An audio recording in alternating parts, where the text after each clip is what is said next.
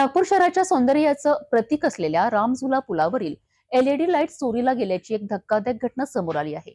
कोट्यवधी रुपये खर्चून तयार केलेल्या या पुलावर अंधार पसरवणारा हा चोर नेमका कोण होता आणि त्याने ही चोरी का केली आहे, जाणून घेऊया सविस्तर.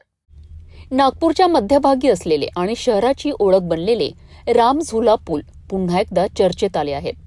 परंतु यावेळी एका नकारात्मक कारणामुळे 9 डिसेंबरला सायंकाळी 5 वाजताच्या सुमारास तहसील पोलीस ठाण्याच्या हद्दीतील याच रामझुला पुलावरील महागड्या एलईडी लाईट्स चोरीला गेल्याची धक्कादायक बाब उघडकीस आली आहे.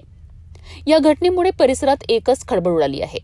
रामझुला पुलावर झालेले हे कृत्य सार्वजनिक मालमत्तेचे नुकसान करणारे होते.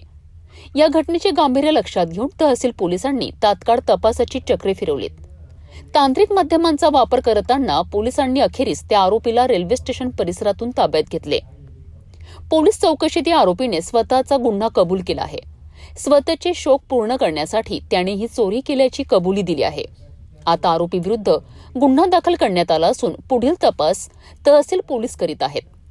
सार्वजनिक मालमत्तेची चोरी करणाऱ्या या आरोपीला आता कायद्याचा सामना करावा लागणार आहे. चोरीचा मामला समोर आलेला आहे. काय आरोपीचं नाव आहे, कोण आरोपी होता आणि कशा पद्धतीने त्यांनी चोरी केलेली काय सांगा. पोलीस स्टेशन तहसील या ठिकाणी अपराध क्रमांक 841/25 कलम 303(2) प्रमाणे गुन्हा दाखल होता, ज्यामध्ये घटनास्थळ आहे रामझुला. या ठिकाणी जे एलईडी बाईप लावलेले आहे ते बल्ब चोरीचा हा गुन्हा होता. ज्यामध्ये आमच्या डीबी पथकाने गोपनीय माहिती काढून सदरची बाईप चोरी केली आहे याची माहिती काढली. त्यामध्ये आम्हाला आरोपी वीरेंद्र नागेंद्र वीज हा निष्पन्न झाला व त्याला अटक करून नमूद गुन्ह्यातील चोरीचा मुद्देमाल आम्ही रिकव्हर केला आहे. जवळपास 8 लाखाचा मुद्देमाल हा रिकव्हर झालेला आहे. एकूण सदर कितीचा मुद्देमाल त्याच्यामध्ये होता आणि किती रिकव्हर करण्यात आलाय, कधीपर्यंत बाकी रिकव्हरी काय सांगा. गुन्ह्यामध्ये एकूण 19 लाखाचा मुद्देमाल हा चोरी गेल्याची रिपोर्ट दाखल होती. ज्यामध्ये चोरी करताना जे एलईडी बल्ब आहे ते बऱ्यापैकी फुटलेले आहे, त्यामुळे त्याचे व्हॅल्युएशन गुन्ह्यात ऍड करता आलेलं नाही. परंतु एकूण मुद्देमालापैकी जवळपास 40% मुद्देमाल हा रिकव्हर झालेला आहे. बाकी मुद्देमाल रिकव्हर करण्यासाठी आम्ही प्रयत्न करत आहोत. चोरीच्या मागचा काय मोरस होता, त्याच्या मागचं काय कारण होतं, कशासाठी चोरी करायचा तो काय सांगा.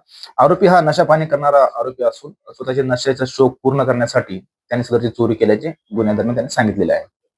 याच्या अगोदरचेही त्याच्यावरचे काही गुन्हे समोर आले. त्याचं कोणताही क्राईम रेकॉर्ड आतापर्यंत आम्हाला मिळालेला नाही. त्याचा हा पहिलाच गुन्हा असल्याची माहिती आमच्याकडे आहे. काय नाव आहे आणि कुठे राहणार आहे हा आरोपी हा फुटपाथवर राहतो. तो प्रॉपर मध्य प्रदेश छिंदवाडा जिल्ह्याचा रहिवासी आहे आणि स्वतःची नशा पूर्ण करण्यासाठी त्याने सदरचा गुन्हा केलेला आहे. कुठल्या कलमाअंतर्गत त्याच्यावर गुन्हा नोंदवण्यात आलेला आहे आणि कोणत्या वरिष्ठ अधिकाऱ्यांच्या मार्फत ही कारवाई करण्यात आली आणि कोण पदाधिकारी याच्यावरती काम करण्याचं काय सांगा. BNS कलम 303(2) प्रमाणे हा गुन्हा दाखल करण्यात आला होता.